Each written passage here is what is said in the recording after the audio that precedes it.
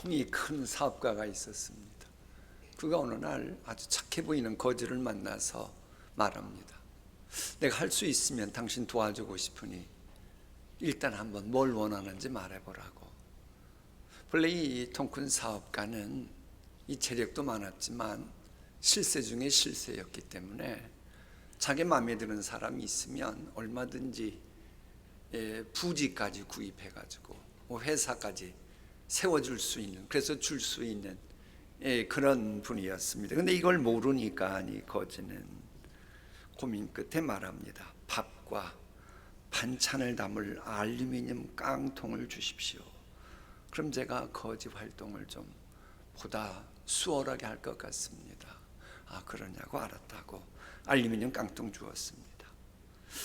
한 가지 더 필요한 거 말해보라고. 그러니까는 좋아가지고 알루미늄 깡통보다 더 튼튼한 스테인리스 깡통을 갖고 싶다고 그랬습니다.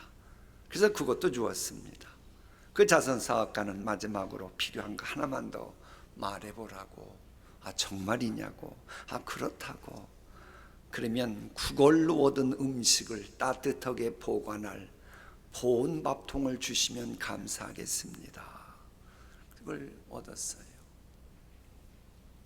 나로 더 이상 구걸하지 않고 남을 베풀 수 있는 그런 사람 만들어주면 좋겠다고, 도와줬으면 좋겠다고 하면 얼마나 좋았을까요? 이 거지는 왜 이렇게밖에 구하지 못했을까요? 자기 주변에 거지들만 있다 보니 들은 것이 그 얘기밖에 없으니까는 자화상이 온통 거지 일색이었던 겁니다. 물론 이 거지 여보는 그래도 착해가지고 동료 거지들 만나면 나 어디 가서 사업가 만났는데 그분이 알루미늄 깡통도 주고 스테인리스 깡통도 주고 보온 밥통도 주었다, 그러면서 자랑을 했다고 합니다. 만약 자랑을 보온 밥통 준 것이 아니고 내가 남에게 보온 밥통 줄 수 있는 사람 만들어준 그분을 만났다고 자랑했다면 그 자선사업가도 더욱더 보람이 있었겠지요. 지금 우리 이야기하는 겁니다. 우리는 만왕의 왕 되신 하나님의 아들, 따님이 되었습니다. 전능자 하나님과 만나고 얼마든지 그분과 소통할 수 있고 무엇이든지 내게 구하는 대로 그대로 시행하리라고 하는 약속까지 받았습니다. 그렇게 아무리 외쳐도 주변 사람들이 은혜를 경험하지 못한 사람들 일색이라면, 그건 전능하신 하나님을 경험해 보지 못하고 그저 세상 사람들 그들에게 그저 설득할 수 있는 그 정도 이야기만 하면서 신앙생활 하더라고 하는 이야기지요. 우리가 찬양을 해도 주의 높으신 권세를 찬양한다고 찬송가 불렀지 않습니까? 좀 내가 생각지 못하고 교회 밖 사람들은 전혀 상상도 못할 그런 참으로 높은, 참으로 귀한 그런 은혜를 체험했다고 간증하면 안 됩니까? 왜 우리가 교회 다니면서 그런 얘기는 전혀 하지 못하고 그저 교회 밖 사람들도 얼마든지 할 수 있는 그런 얘기만 하면서 교회의 성도 교제를 해야 하는 겁니까?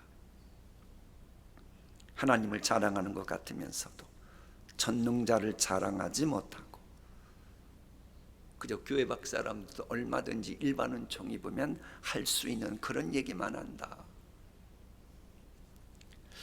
물론 여러분은 하나님 사랑하시지요. 눈에 보이죠. 근데 저는 지금 이 시간 여러분이 하나님 알고 하나님 이야기 하느냐를 물어보고 있는 게 아니고 하나님에 대해서 어떤 측면, 어떤 하나님을 말하면서 신앙생활하고 있는지를 묻고 있는 것입니다. 자, 우리는요 이번 포스터를 보면 영원한 가족으로서 우리 주님 재림하시는 그걸 바라보는 사람들입니다. 여러분 저걸 그저 보면 안 됩니다. 여기 밑에 있는 분들은 다 교회 생활 한 분들입니다. 여러분 못지않게 아마 저 중에 여러분도 계실 겁니다. 근데 왜 예수님 재림 기다리는 줄 압니까? 이 세상 살다 보면 유한한 인간이 유한한 세상 살다 보면 어쩔 수 없이 제도적인 한계가 있고 뭔가 부족함을 느낄 수밖에 없고, 그런 사람들이 저 천국 가면 시간과 공간까지 초월한 완전 무결한 존재가 되어서 영생복락 누리기 때문에 예수님의 재림을 앙망하는 겁니다. 적어도 예수님 재림 앙망하는 분들은 꿈들이 보통 꿈이 아닙니다. 그래서 예수님의 재림을 그렇게도 앙망하고 강조했던 사도 바울은 이렇게 말합니다. 내게는 우리 주 예수 그리스도의 십자가 외에 결코 자랑할 것이 없으니. 저것은요, 엄청난 스케일의 바울의 신앙임을 우리가 알 수 있도록 유축해 하는 말씀입니다. 저 다음에는 무슨 말이 있는, 내가 세상에 대해서 못을 받겠다는 거예요. 즉 세상 논리, 세상 사고방식 그거 가지고 나는 그게 얽매여서 살아가는 신앙생활 싫고, 나는 죽음마저 부활하신 예수 그리스도 정말로 생각하지도 못했던 무한한 부활의 능력 이야기를 하고 경험하면서 나는 살고 싶다는 겁니다. 놀라운 고백입니다. 여러분 요한계시록 강의할 때 아마 들으신 분들 아실 겁니다. 계속 반복됐던 게 뭐예요? 영생복락 누릴 영원한 가족들은 공통분모가 있습니다. 항시 천사들도 그럽니다마는 예수님의 십자가의 보혈 찬양하고 예수님 자랑하는 거, 그런 거 일색이에요. 그건 계속 반복돼요. 물론 우리가 예수님 자랑하려면 예수님이 어떤 분인지를 체험해야겠지요. 그걸 오늘 알아보려고 합니다.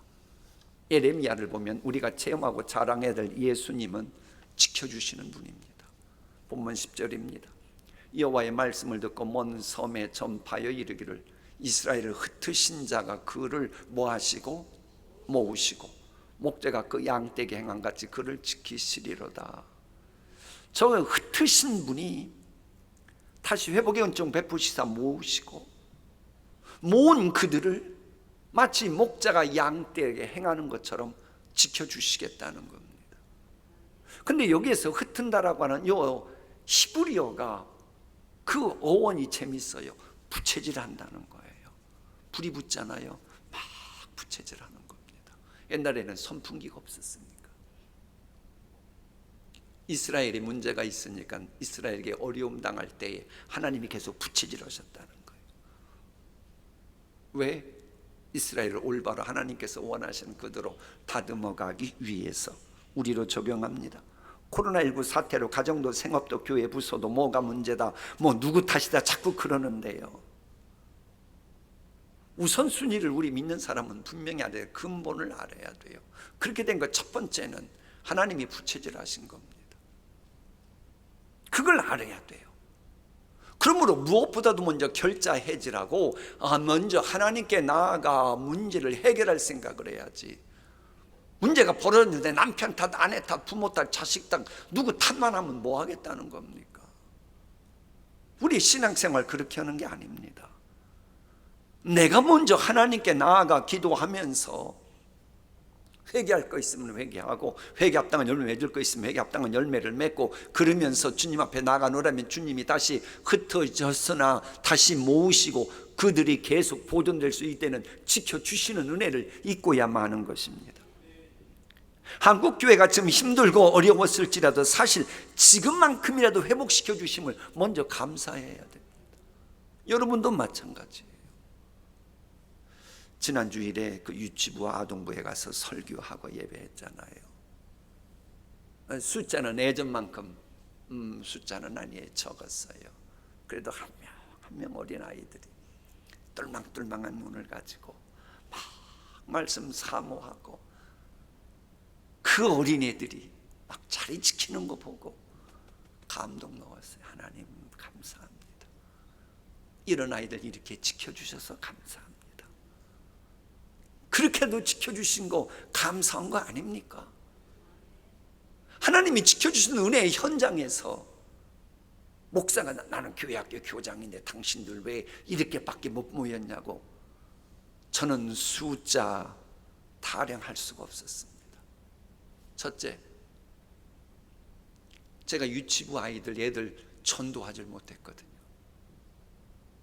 그리고 나서 왜 이렇게밖에 안 모이냐고 말할 자격이 난 그렇게 못했어요. 물론 말씀 듣고 봐서 나온 아이들 가진 부모님들이, 교인들이 여러분 계셔요. 그럼 내가 직접적으로 그 부서 더 부흥하는 데 기여하지 못했기 때문에 그저 감사만 했습니다. 여러분 아십니까? 하나님께서 아무나 지켜주시는 것이 아닙니다. 성경을 볼까요? 시편에 있는 세번역 성경입니다. 주님은 주님 당신을 사랑하는 사람을 지켜주십니다. 하나님은 아무나 지켜주시는 게 아니고 주님 사랑하는 사람 지켜주시는데, 주님 사랑한다는 게 뭔지 성경은 또 이렇게 말합니다. 나의 계명을 지키는 자라야 나를 사랑하는 자니 나를 사랑하는 자는 내 아버지께 사랑을 받을 것이요 나도 그를 사랑하여 그에게 나를 나타내리라.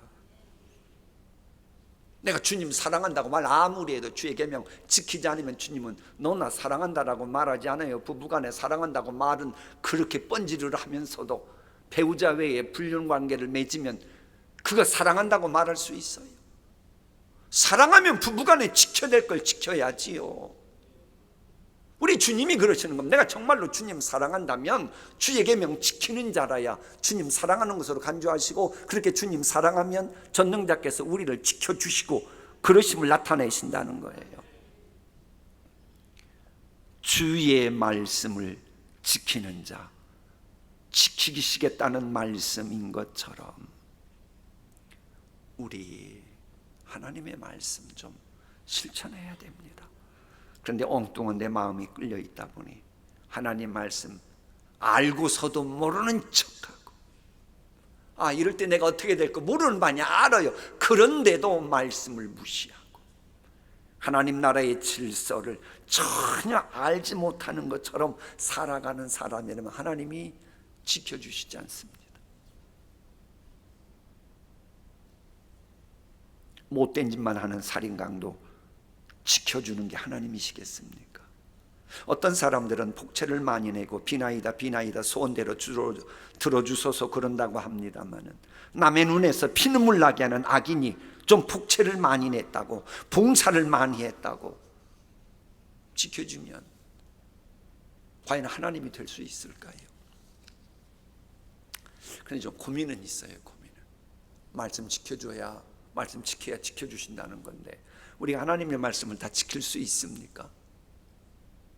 성경은 없다고 말해요. 그럼 이 말씀을 우리는 어떻게 받아들여야 됩니까? 성경 정신을 알아야 됩니다. 하나님은 우리의 중심을 보십니다. 내가 요만큼만 말씀하잖아요. 그러면 아는 만큼만 지키면 주님은 지킨 것으로 간주해 주시는 겁니다. 내 믿음이 크지 못해가지고 주일 성수하는 그 정도의 믿음이다. 그러면 굳이 수요기도에 새벽기도에 안 나와도 하나님은 그 사람을 지켜주십니다. 우리가 하나님의 말씀을, 왜? 그런 사람은 더 많이 알면 더 많이 주의 말씀을 지킬 것이기 때문에 그렇습니다. 물론 새벽기도에 나와야 되는 신앙 수준으로 하나님이 만드셨는데 수요기도에도 안 나오고 새벽기도에도 안 나온다. 그럼 좀 곤란하겠지요?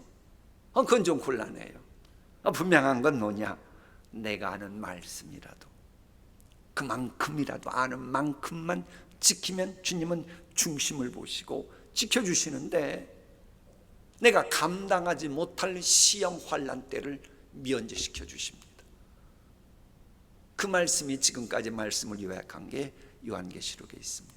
우리 함께 읽습니다. 시작. 나의 인내의 말씀을 지켰은즉 내가 또한 너를 지켜 시험의 때를 면하게 하리니 이는 장차 온 세상에 임하여 땅에 거하는 자들을 시험할 때라. 둘째로 우리가 체험하고 자랑해야 될 예수님은 구원하시고 속량하시는 분입니다. 11절 다음 절이죠. 여호와께서 야곱을 구원하시되 그들보다 강한 자의 손에서 속량하셨으니, 여기서 저 말씀을 이해하려면 강한 자의 손에서 속량했다고 하는 것은 이스라엘을 애굽에서 건지셨다고 하는 말입니다. 이스라엘 백성들이 애굽에 있을 때 하루하루 죽지 못해 살아가는 그런 처지였습니다. 노동력은 노동력대로 착취당하면서도 대우를 받지 못할 때였어요. 이게 요즘 같으면 여러분 열정페이란 말 들어보셨죠? 열정페이. 저게 뭐냐 그러면 네가 좋아서 그 일하는 건데, 아니 좋아서 그 일하는 사람은 내가 왜 너에게 봉급을 줘야 되냐?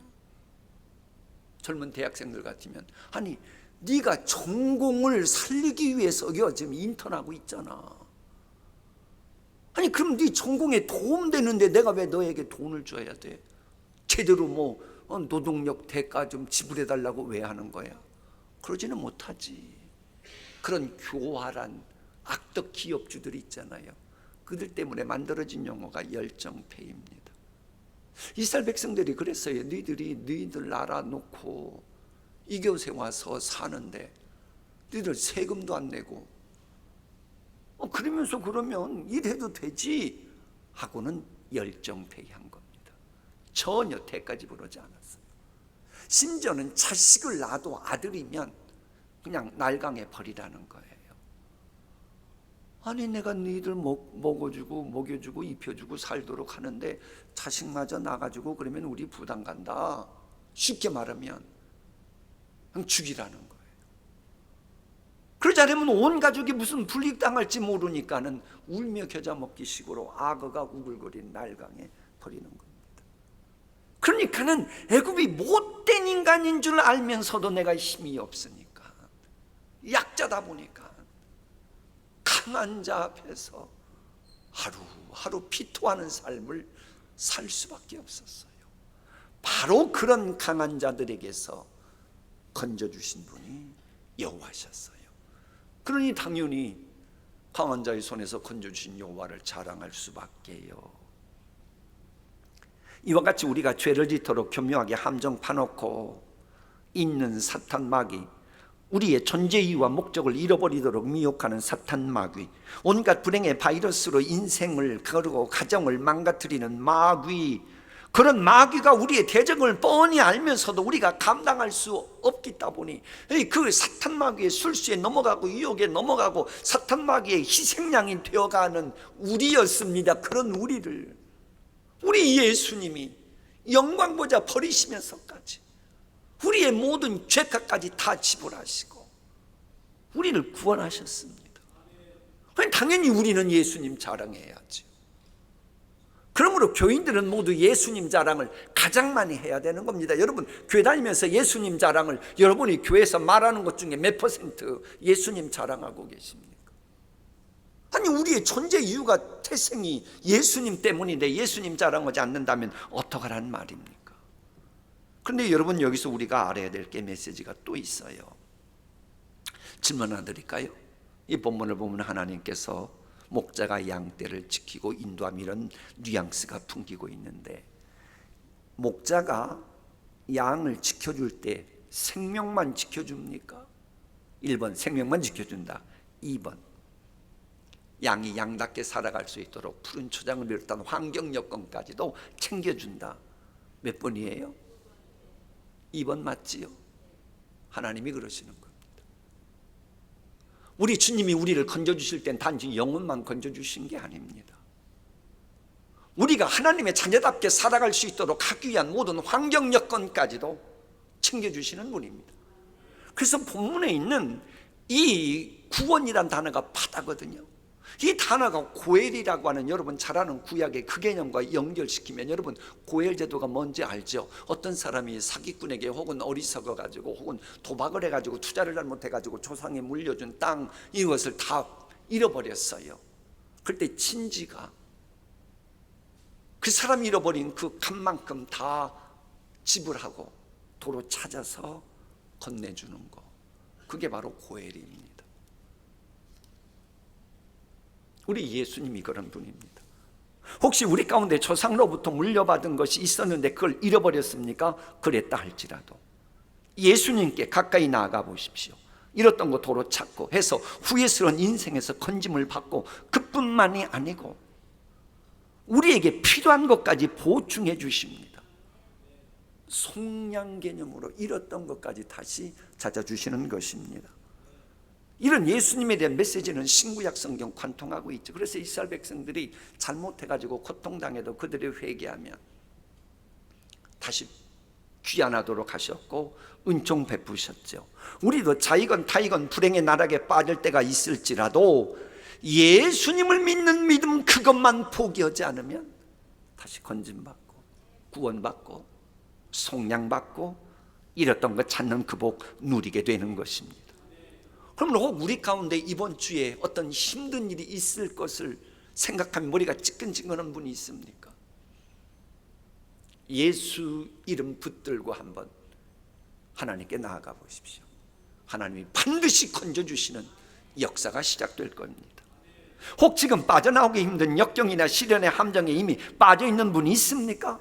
제발 나 자신을 부족하세요. 나는 그거 어찌할 수 없으니 그 지경 간 거 아닙니까? 그러므로 나의 정과 욕을 십자가에 못 박으세요. 내가 그리스도와 함께 십자가에 못 박히면 나는 죽은 것이 되고 그리스도께서 내 안에 사시기 때문에 부활의 능력으로 주님이 알아서 우리를 건져주시고 속량의 은총을 경험하도록 하시는 것이고, 하나님 방법으로 그리하시면 나보다 강한 자의 손에서 구원하시고 속량하시는 예수님을 만날 수 있게 되는 것입니다. 셋째, 우리가 제마고 자랑해야 될 예수님은 풍성한 은총을 베푸시는 분입니다. 저는 12절 13절인데 12절부터 읽습니다. 함께 읽을까요? 그들이 와서 시온의 높은 곳에서 찬송하며 여호와의 복 곧 곡식과 새 포도주와 기름과 어린 양의 때와 소의 때를 얻고 크게 기뻐하리라. 그 신령은 물된 동상 같겠고 다시는 근심이 없으리로다 할지어다. 저 말씀은 물된 동산 같겠고 그런 말씀이 있어요. 저건 우리나라처럼 비가 많이 오는 그런 상황이 아니고 본문이 기록된 중동 근동 지방인데 비가 오지 않아요. 비가 오지 않으면 땅이 말라져요. 말라지는 정도가 아니고 시간이 지나면 푸석푸석 해가지고 아무런 쓸모가 없어요. 근데 하나님이 긍휼 베푸셔서 은총 베푸시면 물된 동산 같아지면서 이제 주변에 있는 그 삶의 일상생활에 뭐 곡식, 새 포도주, 기름, 어린 양의 때, 소의 때 이걸 얻고 크게 기뻐하는 은혜를 베푸신다고 하는 이야기입니다. 내가 분명 뭔가 비전을 가지고 어떤 귀한 정보를 가지고 그것을 위해서 뭔가 시도했는데 하나님이 시마다 때마다 늦은 비, 이른 비 그걸 안 내리시지 않다 보니 사업이 막 그냥 메말라 가고 있고, 어느 순간부터 이 조직의 윤활유가 이 돈 문제인데 그게 막 팍 막혀가지고 사업이 푸석푸석해지고 정말로 그냥 버릴 수밖에 없는 그런 지경이라 할지라도 주님이 은혜 베푸시고 긍휼 베푸셔서 은혜의 비를 내려주시면 물된 동상 같은 인생이 될 수 있다고 하는 겁니다. 정말로 시련의 뜨거운 열기가, 불행의 열기가 장렬하는 죄악의 사막에서 막 불어오고 있습니까? 그럴지라도 비난자 되신 예수님 붙들어 보십시오. 그럴 때 주님은 우리 장로님 기도하셨습니다마는 그렇게 되면 그 사막 같은 길에도 길이 나고 시냇물이 만들어지고 샘이 솟게 되는 것입니다. 적어도 이런 이야기를 해야 간증하는 거 제대로 남들이 주목하지 않겠어요? 그저 세상 사람들도 얼마든지 말할 수 있는 그런 얘기만 계속 해대면 뭐 교회 별거 아니네 그러지 않겠어요? 때로는 우리의 상식을 뛰어넘는 주의 놀라운 은총을 잊고 경험한 이런 얘기도 해야 교회 밖 사람들이 교회에 관심을 갖고 전능자 하나님을 만나고 싶은 그런 마음이 들지 않겠느냐고요. 우리 주님은 실은 이런 목적 때문에 성육신 하셨습니다. 과연 그런지 뭘까요? 내가 문이니 누구든지 나로 말미암아 들어가면 뭘 받고? 건짐을 받고, 또는 들어가면 나오면 뭘 얻으리라? 시마다 때마다 필요한 게 뭡니까? 양식을 단지 뜻하는 게 아닙니다. 꼴은 그겁니다만 우리에게 필요한 모든 은혜를 총칭하는 단어입니다. 도둑이 오는 것은 도둑질하고 죽이고 멸망시키려는 것뿐이요, 여러분 주변에 도둑 같은 자꾸 불신앙적인 이야기만 하는 사람이 있으면 여러분의 영혼을 도둑질하고 여러분의 영혼을 멸망시키고 삶도 가정도 문제가 되는 겁니다. 우리 예수님께서 오신 것은 양으로 생명을 얻게 하고 뭐 하려는 것이라? 그냥 풍성이 아니죠. 더 풍성히 얻게 하려는 것이라. 풍성은 기본이고 더 은혜는 기본이고, 은혜 위에 특별한 은혜, 그 위에 특별한 은혜, 이게 바로 주께서 원하시는 우리에 대한 그림입니다. 청사진입니다. 하나님은 우리가 꾸어 다니는 자가 되는 것을 원하지 않습니다. 우리가 경제적으로 핍절한 삶 사는 것도 실은 주님이 원하시는 게 아니에요. 그게 아니니까 신명기는 나가도 들어가도 복받는 물질의 복도 말씀하시지요. 왜 신앙생활 잘하는 척하면서 구약의 말씀을 부정하는 이단 사이비가 되어갑니까? 하나님의 뜻을 알고 제발 필요하다면 경제적인 복까지도 사모하십시오. 진실로 풍성한 더욱 풍성케 하는 우리 예수님 자랑하는 분들이 많아지길 소망합니다. 그 다음에 13절 말씀 볼까요? 우리 다 함께 읽습니다.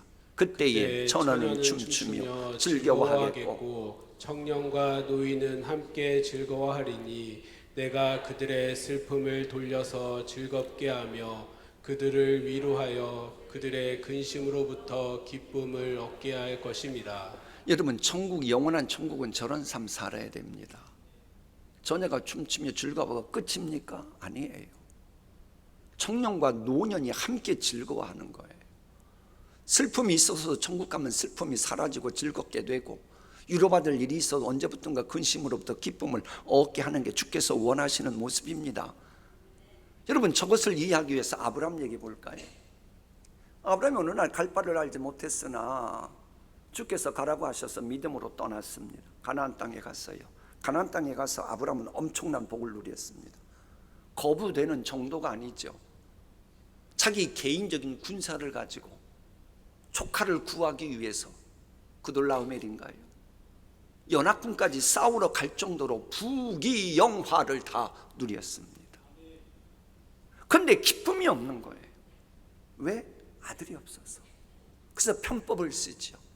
그래서 이스마엘 얻었죠. 그런데 기쁨이 없어요. 왜? 편법이라. 바로 그런 사이에 하나님이 이삭을 주시죠. 얼마나 기쁘고 즐겁고 저절로 웃음이 막 나오는 겁니다. 할렐루야. 우리 교인들 살다 보면 나도 모르게 절로 웃음이 나오는 그런 지경으로 살아갈 수 있기를 축복합니다. 너무 좋아서 아들 이름을 웃음이란 이름 뜻의 이삭이라고 장명할 정도였어요. 지금 하나님이 어떤 분이신지를 잘 알아야 돼요.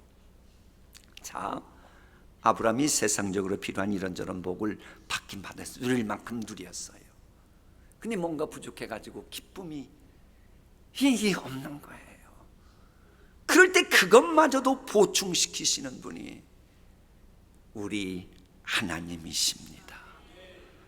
여러분, 가정도 그렇잖아요.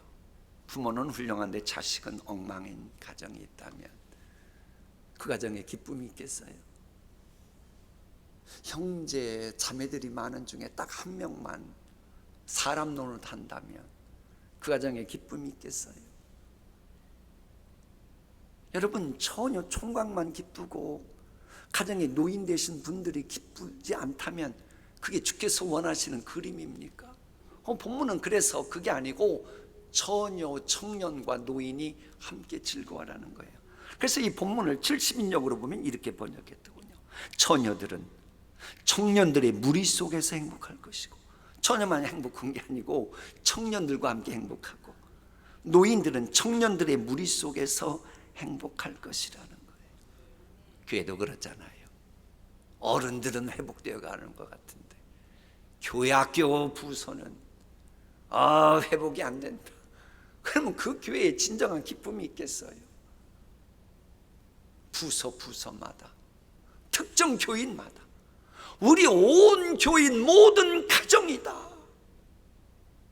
그 부족한 것을 채워주시는 은혜를 경험하기를 소망합니다. 마무리하겠습니다. 지금까지의 말씀은 그거예요. 우리가 체험하고 자랑해야 될 예수님은 지켜주시는 예수님이시다. 그 다음 절에 근거해서 건전해 주시고 필요한 은혜를 주시는 예수님이시다.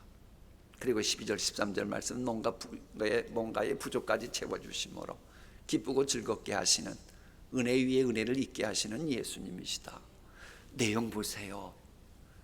점점 확대되고 점점 깊어가지 않습니까? 신앙생활은 이렇게 해야 되는 겁니다. 이 정도면 됐어요. 제발 그런 말 하지 말아요. 성경적으로 해요. 이 정도면 됐어요. 그건 자족할 때 일으킨 종 베푸셔서 감사합니다. 그러나 사도 바울처럼 그리스도의 장성한 분량까지 차가서 주의 은혜가 얼마나 높고 깊고 풍성한지를 더욱더 알아가는 신앙생활을 할 수 있기를 축복합니다.